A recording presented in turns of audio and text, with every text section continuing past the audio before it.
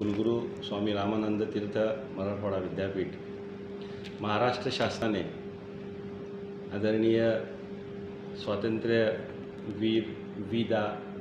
सावरकर यांच्या 60व्या पुण्यतिथीनिमित्ताने सर्व विद्यापीठांना विविध कार्यक्रम घेण्याची सूचना केलेल्या आहेत। स्वामी रामानंद तीर्थ विद्यापीठामध्ये महाराष्ट्र शासनाच्या सूचनेपेक्षाही आदरणीय स्वातंत्र्यवीरांचं वि.दा. सावरकर यांचं कार्याचा